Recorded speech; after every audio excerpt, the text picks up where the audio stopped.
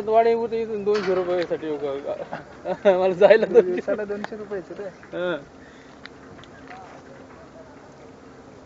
तरी आमचे क्लोजअप मध्ये फोटो घेता घ्या जरा गेट टाकाल त्यांनी.